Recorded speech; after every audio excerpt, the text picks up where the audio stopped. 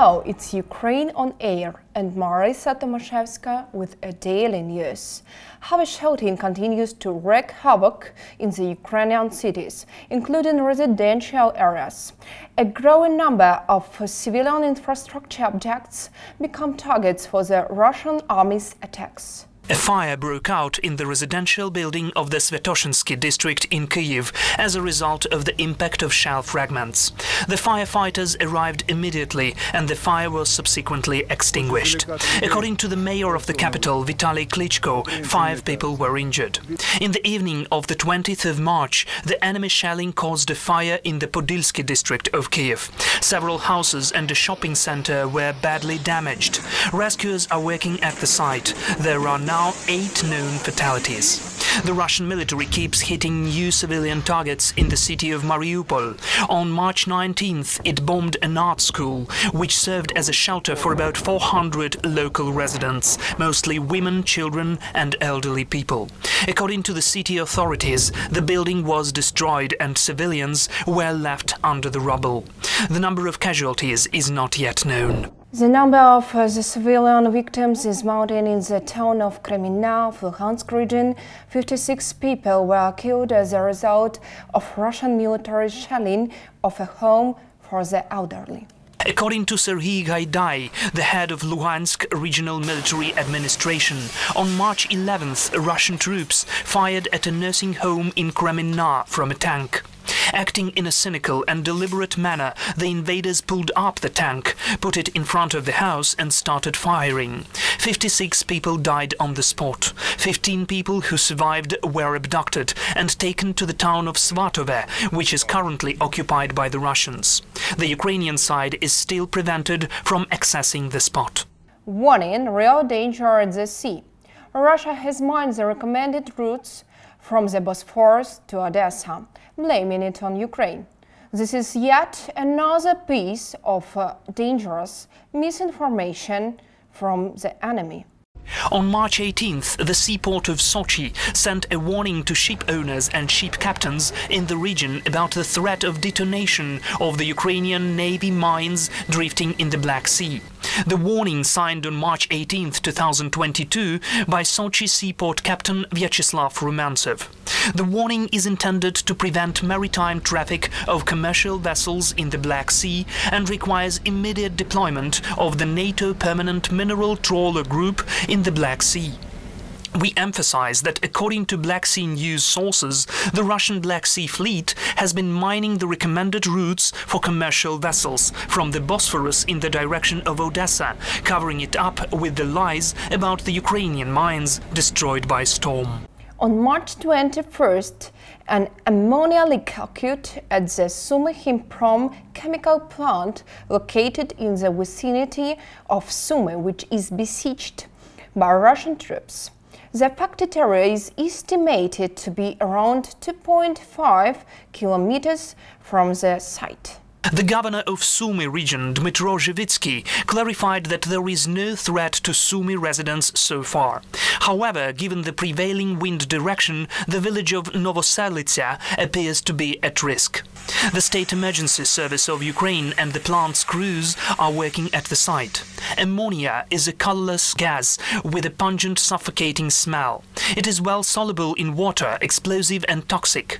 The gas is lighter than air, so people within the affected area are recommended to use shelters, basements and ground floors of houses for protection.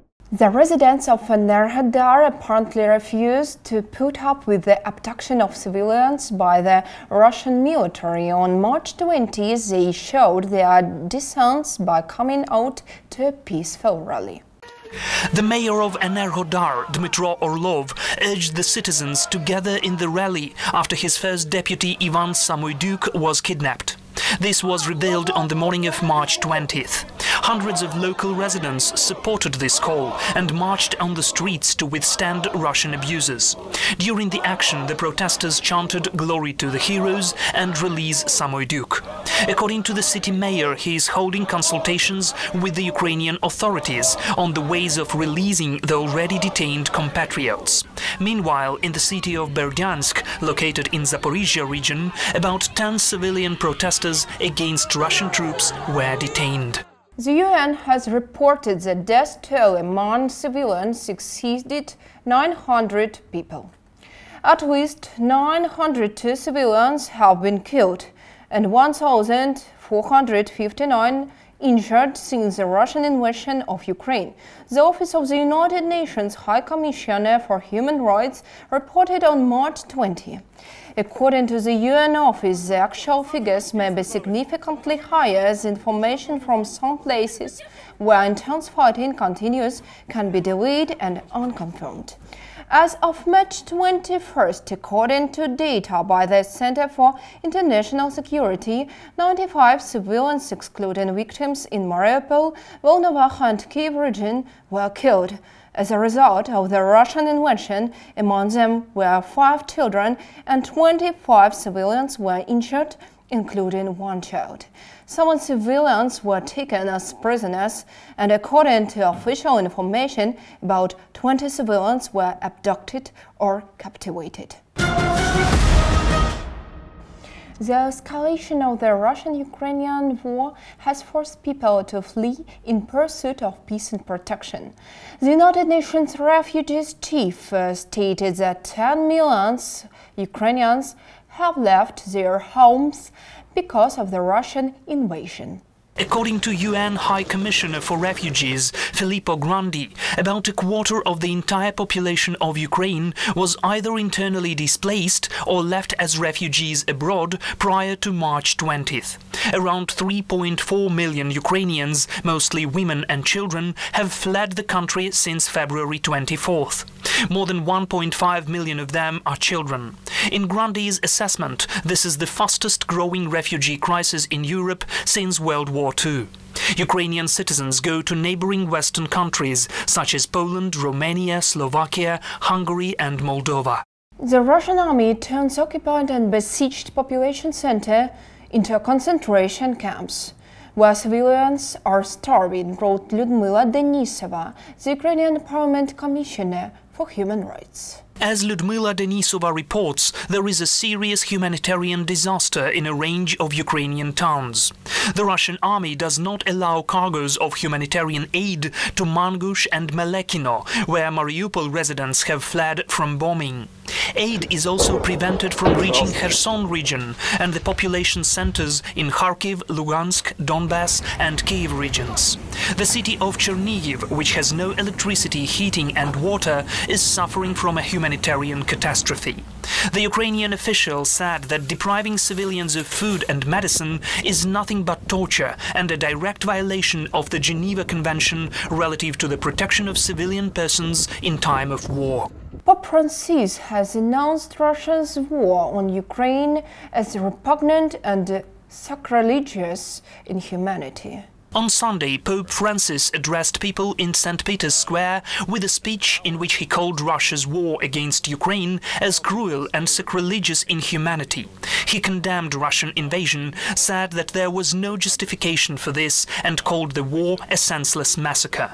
Francis also called on all actors in the international community to work toward ending this war. The Pope added that above all, defenseless life should get respected and protected, not eliminated. Ukraine has food reserves for next 2 years, Deputy Head of the Office of the President Rostislav Shurma told Ukrainian National Broadcasting. We have food supplies now and will have them next year, because we have enough reserves of wheat, corn, sunflower oil and staple foods in warehouses and grain silos for 3 to 5 years, as we have already exported 70 to 80% of these, so we will definitely feed ourselves, said Shurma. In the same time, Russia continues blocking the seaports of Ukraine, endanger world food security. Food prices around the world are skyrocketing. Price for wheat has surged to the highest level in 14 years, and food commodities raised up to 23%, according to the IMF. The four largest oil source companies, Weatherford International, Baker Hughes, Halliburton and Schlumberger, have left the Russian market. All four international oil service companies have announced a shutdown of their operations in Russia over its aggression against Ukraine.